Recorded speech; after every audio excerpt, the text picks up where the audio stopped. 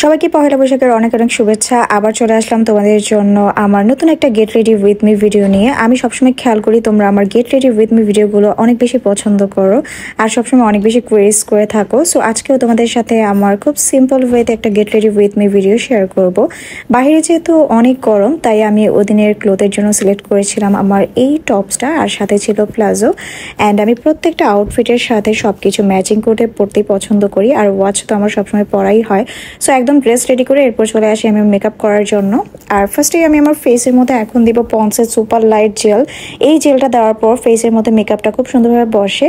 আর আজকে মেকআপের জন্য আমি ব্যবহার করব ডক্টর হোয়াইটেনিং এর এই ক্রিমটা। রিসেন্টলি যেহেতু অনেক বেশি গরম পড়ছে, আমি আমার ফেসে কোনো ধরনের বিবি ক্রিম বা ফাউন্ডেশন ইউজ করছি না, শুধুমাত্র সানস্ক্রিন আর এই টোন আপ ক্রিমটা দিয়ে আমার মেকআপটা আমি কমপ্লিট করে ফেলি। তোমরা যারা ব্রাইটনিং এর জন্য খুব ভালো একটা ক্রিম চাও তারা কিন্তু চাইলে ডক্টর হোয়াইটেনিং এর এই ক্রিমটা দেখতে পারো। এটা তোমার ফেসটাকেও ব্রাইট করবে, পাশাপাশি কিন্তু তোমার স্কিনে খুব সুন্দরভাবে অ্যাবজর্ব হয়ে যাবে। আমার তো এই ক্রিমটা খুবই পছন্দের। Oily skin, dry skin, combine skin, যে ধরনের স্কিনই বলো না কেন সব স্কিনেই কিন্তু এটা খুব সুন্দরভাবে মিশে যায়। এরপর আমি লিপসের মধ্যে দিব একটুখানি লিপ সিরাম। লিপ সিরাম আমি ঠোঁটে সবসময় অ্যাপ্লাই করি, যেহেতু আমি লিপস্টিক অ্যাপ্লাই করবো। এটা হচ্ছে সেক্সি পিঙ্কের। এটা কিন্তু লিপসের পিগমেন্টেশন দূর করতে, লিপসটাকে সফট করতে হেল্প করে। এরপর ফুল ফেসটাকে সেট করার জন্য ব্যবহার করবো সাকুরার এই ফেস পাউডারটা।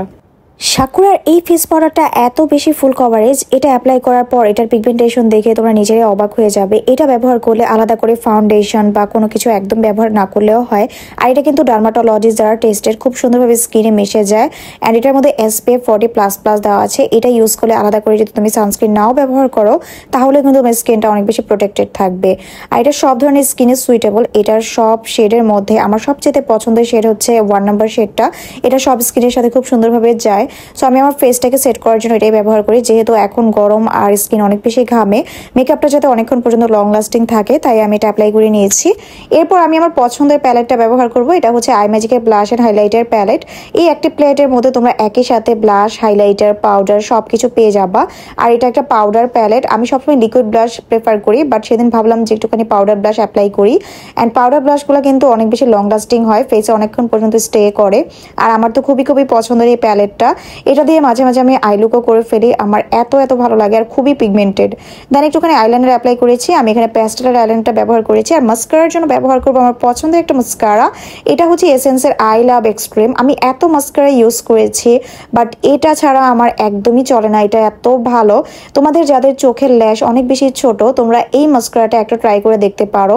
এটা এমন একটা মাস্কারা যেটা ব্যবহার করার পর তুমি এটা প্রেমে পড়ে যাবা। আর রেগুলার এই মাস্কারা ছাড়া একদমই চলতে পারবে না, যেমনটা আমি এখন পাই। এই মাস্কারাটা অ্যাপ্লাই করার পর ল্যাশগুলো মনে হয় যে ফেক ল্যাশ অ্যাপ্লাই করেছি এরকম লাগে।